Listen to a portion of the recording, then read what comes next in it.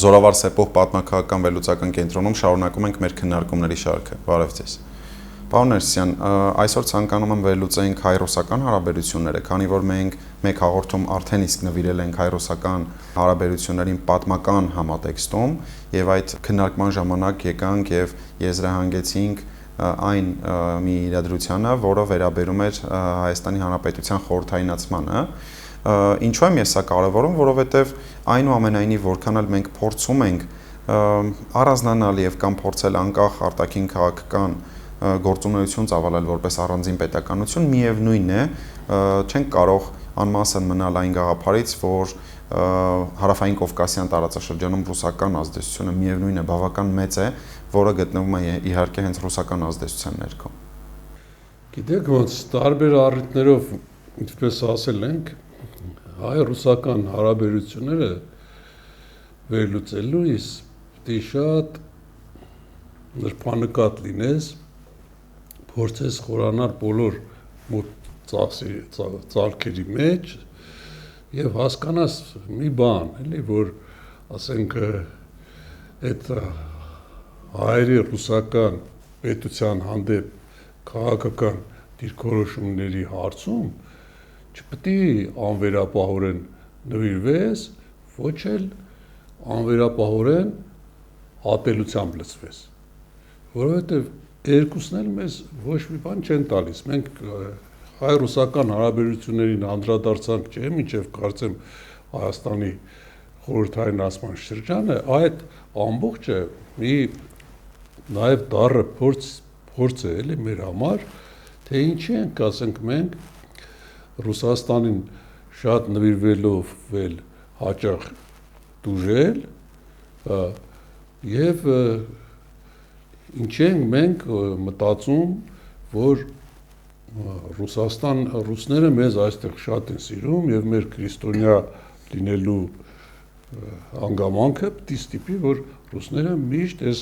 տարածաշրջանում մեզ գերադասեն մեր հարևան ժողովուրդներից։ Այդպիսի բան չկա, չի եղել, խորհրդային շրջանում ձևավորվեց մի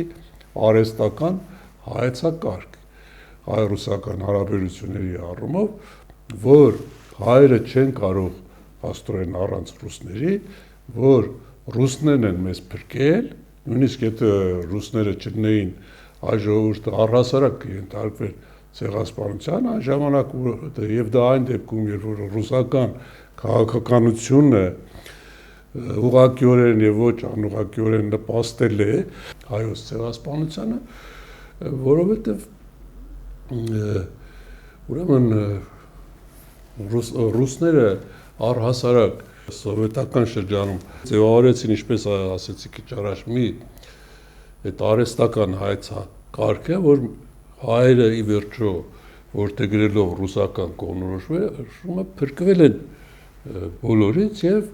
խորհրդային շրջանում ազատ, ուրեմն անկախ աստորեն ժամանակ այդպես է մոտեցումը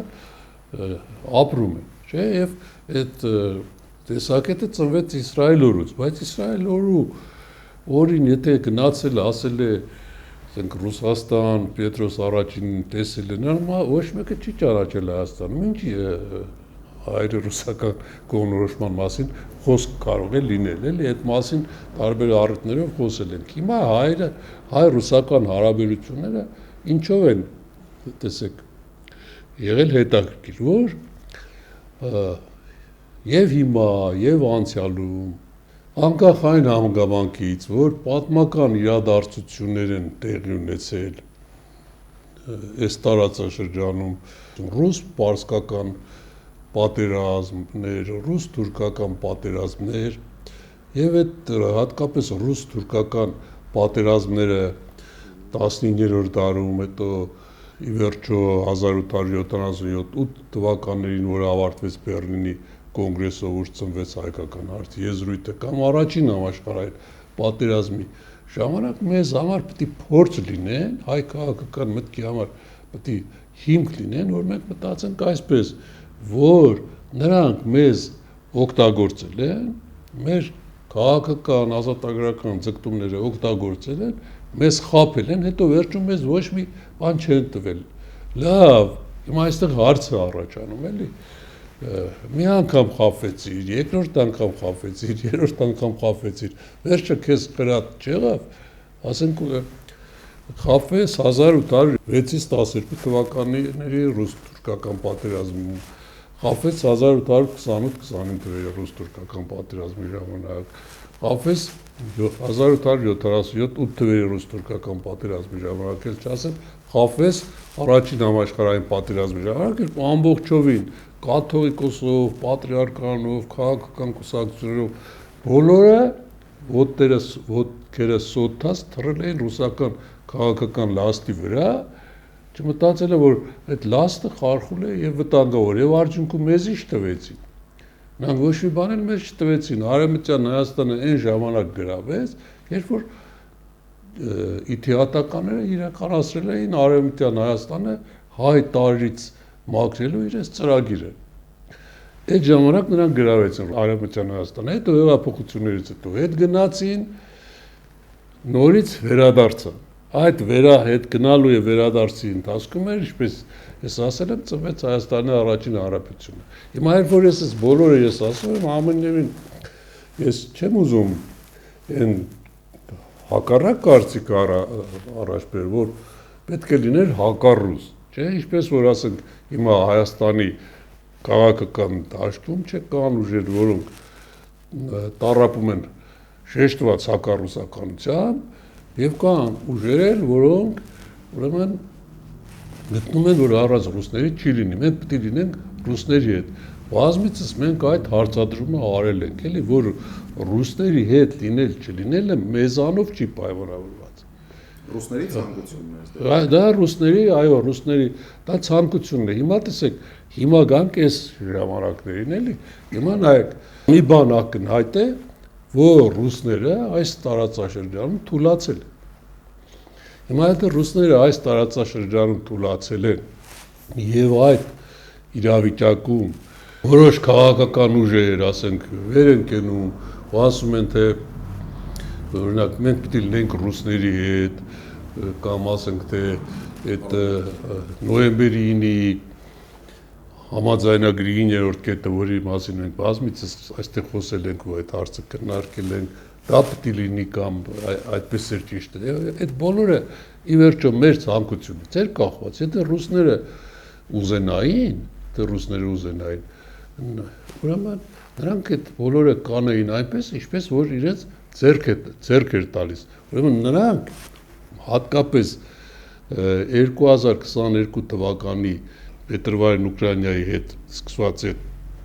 ոնց որ կոչում են, չէ, հատուկ գործողություն, որը վերածվել է պատերազմի, դրանից հետո մենք ինչի ականատես եղանք, որ ռուսները աստիճանաբար այս տարածաշրջանում թուլացան, նրանց դիրքերը թուլացան։ Հիմա ռուսները ինչքան էլ մենք ցկտենք, որ լինենք պրո-ռուս, ունենանք ռուսական կողմնորոշում, չեզոքացնենք, ասենք, օրինակի համար մեր քաղաքական մտքի արևմտյան կամ եվրոպական թեքումը, միևնույն է դրանից ոչ մի բան չի փոխվի։ Ռուսները այստեղ հիմա որևէ բան անել չեն կարող, նրանք կարող են ուրեմն ինչ-որ տեղ փորփրել, հրահրել, ինչ-որ բաներ անել, ասենք, ինչպես որ ասենք 1905-ից 6 թվերի հայ-թաթարական կռվների ժամանակ, երբ ռուսները առաջին հեղափոխության շրջանն էին ապրում, նրանց ձեռք էր տալիս, որ հայերին ու ուրեմն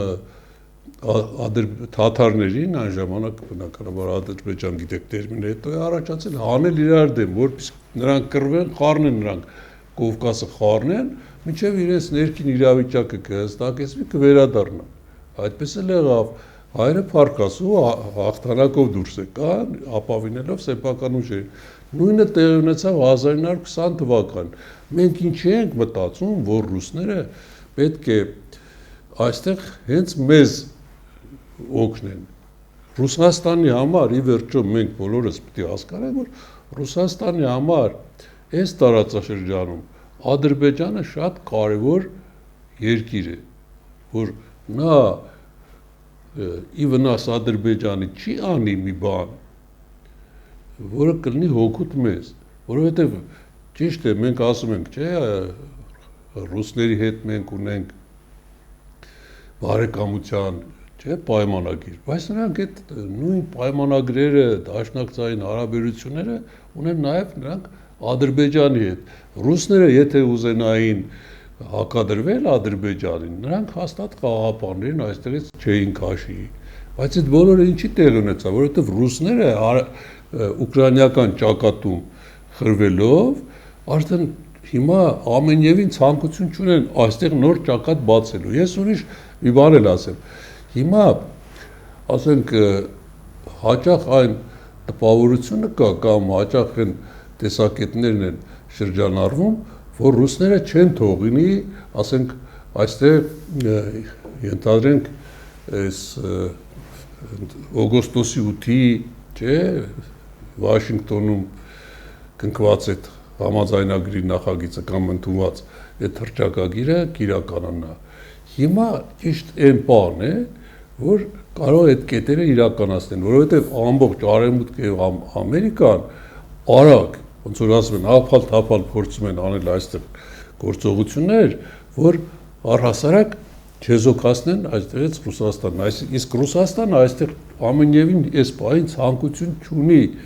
բացելու մի երկրորդ ճակատ, նրան այստեղ խառնաշփոթը ամենևին ձեռք չի տալիս եւ հիմա նրանց լրիվ ուրիշ խնդիր է հետաքրում, մանավանդ որ ես ձեզ մի ուրիշ բան ասեմ, ասեք, հիմա որ ասում են Չինաստան, չէ, Ռուսաստան, ենթարենք Հյուսիսային Կորեա, այդ առանցքը Պարսկաստան, այդ առանցքն էլ խորքային առումով, եթե մենք վերլուծում ենք, տեսնում ենք, որ ինչ-որտեղ շատ կասկածելի առանցք է, որովհետև փաստորեն հիմա որ նայում ես եւ ես ուրեմն ես վերջի շրջանում մի քանի բաներ եմ լսել, հաստագրական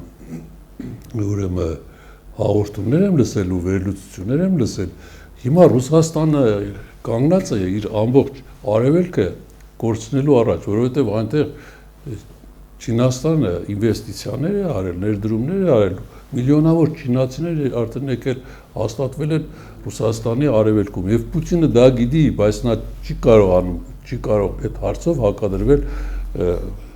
Սիմպինին, որովհետև նրա հետ ինչ-որ հույսեր է կապում։ Հիմա Ռուսաստանի դաշնակիցը այս տարածաշրջանում,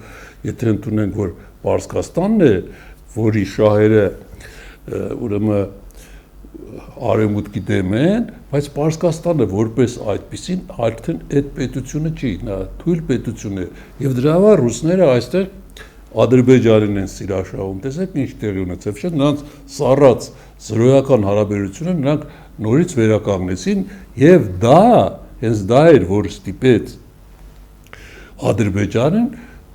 պրովոկացիաներ նետել դեպի մեր կողմը տեղանունների բաների հետ կապված, իսկ մենք հայերս չենք սիրում էլի ընդհանուր առմամբ սառը դատել եւ այդ խայծը կուլ են տալիս, իսկ որոշ ուժեր այստեղ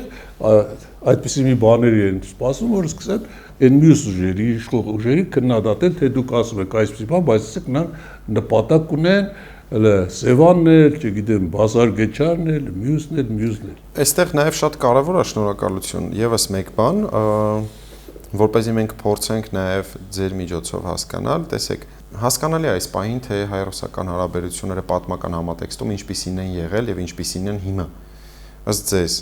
ինչպիսին կլինեն դրանք մոտ ապագայում, որովհետեւ եթե ինչ-որ մի բարի կերպով մոտ ապագայում Հայաստանը իրապես դառնա տարածաշրջանային հաղորդակցական ուղիների կապողակ, այս դեպքում մենք տեսնելու ենք, որ Հայաստանի միջազգային դերակատարումն էլ ինքնին բարձրանալու է եւ Հայաստանը նաեւ տնտեսապես է զորանալու։ Այդ դեպքում միգուցե փոխվեն, տրանսֆորմացվեն հայ-ռուսական հարաբերությունները։ Հիմա տեսեք, շատ հետաքրքիր հարց տվեցիք, որին ես անդրադառնայի, անշուշտ տեսեք։ Հիմա շատերը դատում են հին հայեցակետերով, որ ռուսները կգան, ռուսները կվերադառնան։ Մենք էլ չէ, այստեղ շատ հաճախ հաղորդումներ են կարել նախկինում, հարցազրույցներ եւ այն տեսակետն ենք արտահայտել, որ պետք չի, ասենք, պատերազմի ժամանակ այդ 23 թվականի այդ սեպտեմբերի դեպքերի ժամանակ դրանից առաջ լինել հակառուս կամ կտրուկ հակառակվել ռուսներին, լոյալ սպասել թե ինչ կլինի։ Հիմա այն տեսակետն ենք մենք արտահայտել, որ ռուսները այստեղից չեն գնա, եթե այստեղից ռուսները գնան, ուրեմն Ուկրաինայում իզուր են կռվում։ Հիմա էլ այդ հայեցակետը կա, բայց գիտեք ինչ, քաղաքական վերլուծությունները կամ վերլուծաբանները նրա համար չեն, որ մի հատ բան ասեն, հետո պնդեն, որ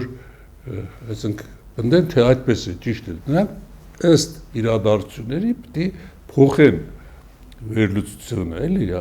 չգիտեմ, հասկանալի բացատրություն չէ, այսինքն ուզում եմ ասել, որ հիմա լրիվ իրավիճակը փոխվեց, որովհետև Ռուսաստանի նախագահի այն ցանկությունը, ես չգիտեմ, ում հետ, ովքեր են նրա խորհրդականները, ինչ, համենայն դեպս այն ցանկությունը, այն համոզմունքը, որ օրերի ընթացքում ինքը Ուկրաինային ծնկիկ բերի, մեծ պատի դեմ առավ։ Եվ այս ընթացքում, այս տարածաշրջանում տեղի ունեցան իրադարձություններ, որոնք ուժեղացրեցին Արևմուտքին, ուժեղացրեցին Թուրքիային, ինչ-որ տեղ որն է իրականում շատ թուլացավ Իրանը, եւ հիմա իրավիճակը փոխվեց։ Հիմա ոնց որ մենք նայում ենք, տեսնում ենք, որ այն ինչ որ կատարվեց 1918-20 թվերի ընթացքում, այսինքն ռուսները բոլշևիկյան կարգախոսների արդյունքում, չէ, իրար դեմ դուրս եկան քաղաքացիական կռիվներ, տարբեր իշխանություններ, ի վերջո դժբախտաբար, թե չգիտեմ ինչ, հաղթեցին բոլշևիկները, նրանք հետ վերադարձան այս տարածաշրջանը, եւ այդ 1920 թվականին, ասենք, մենք ճիշտ չկողմնորոշվեցինք, որովհետեւ ձևավորվում էր բոլշևիկ քեմալական դաշինք ընդդեմ Արևմուտքի, մենք կարճել էինք Սևրից, որը արդեն պարզ էր, որ չէր իրականանա, այդ ժամանակ մեր թեքումը, քաղաքական թեքումը դեպի Ռուսաստան շուտ կարող էր փրկել Կարսը, մենք այդ մասին էլ ենք, բայց հիմա տեսեք ինչ է եղել, հիմա գալիս եմ ձեր հարցին, հիմա Ռուսաստանը չեմ կարծում, որ այս առաջիկա տարիներում ունենա հնարավորություն ամեն ինչ հեշտորեն Ուկրաինայի հետ փակելու ու վերադառնալու այս տարածաշրջան, որովհետև ոնց գցում բռնում վերլուծում ես, Ռուսաստանի կռիվը Ուկրաինայի հետ կռիվը Արևմուտքի հետ։ Այնտեղ ինչ-որ Օրբան կա, որը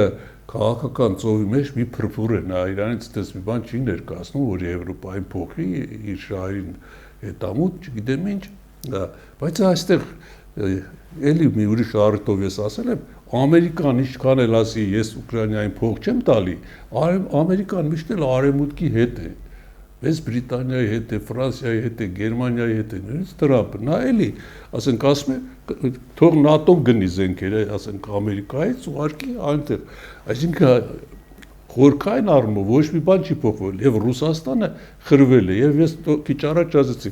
Ռուսաստանը այդ պատժամիջոցները, Ռուսաստանի տնտեսությունը շատ վատ վիճակում է, ամբողջ տնտեսությունը դրել է ինքը հիմնականում ռազմական ռեսերի վրա, եւ նոր ասեցի, որ միգրանտները, այսինքն,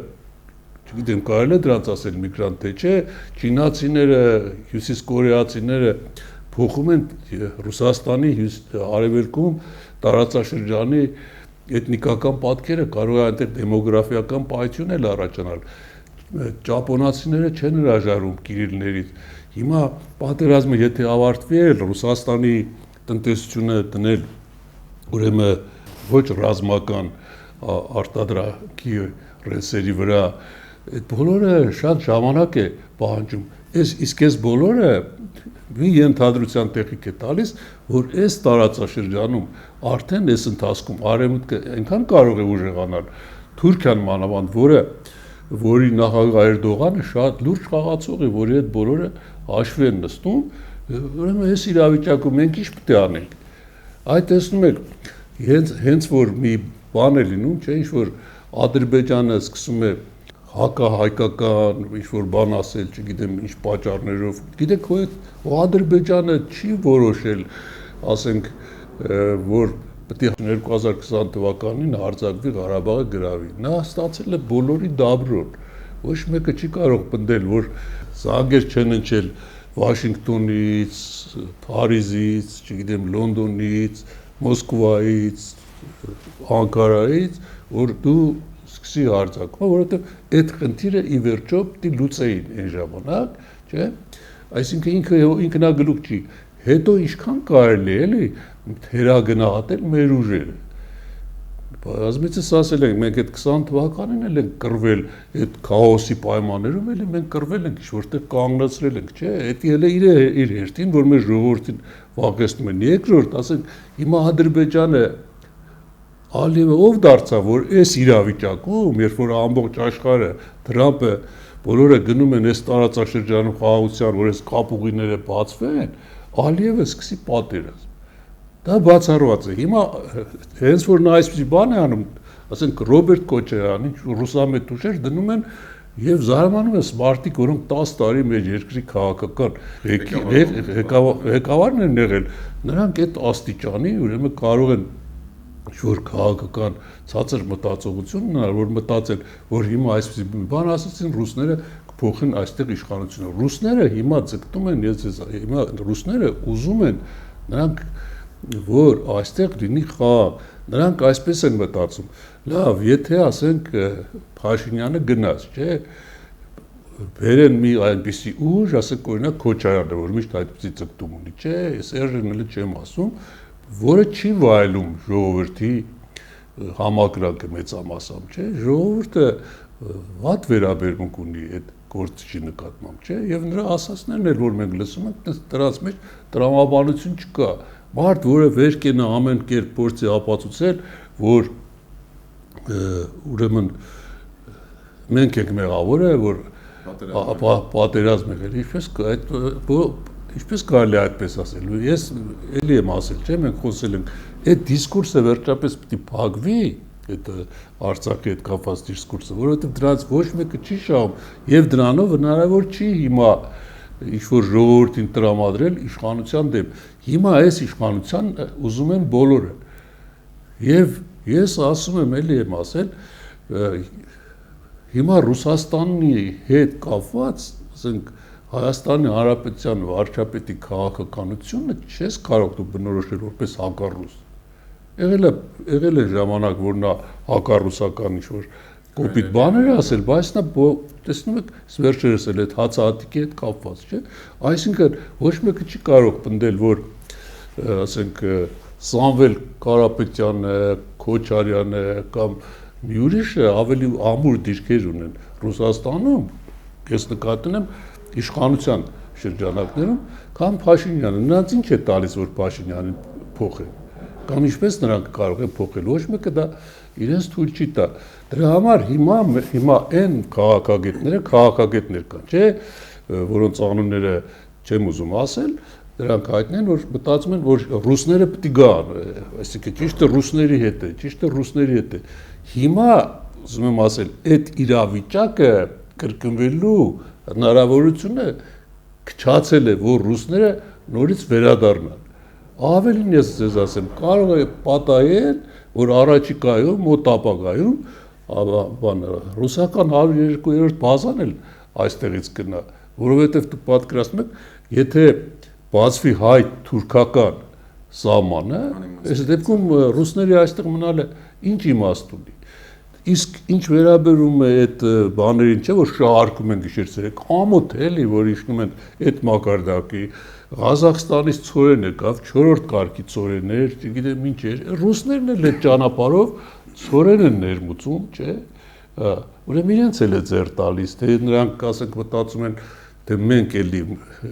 ծորենը ներմուծենք այս ճանապարհով, որ մի ուրիշը չներմուծի, դա արդեն տվյալ իրավիճակում իրենք չեն էլի որոշողը։ Հիմա այսինքն Հայաստանը հիմա այն հայեցակետը, որ ռուսները հիմա կվերադառնան այստեղ նորից, դա ուրեմն շատ վիճելի է, որովհետև Ռուսաստանը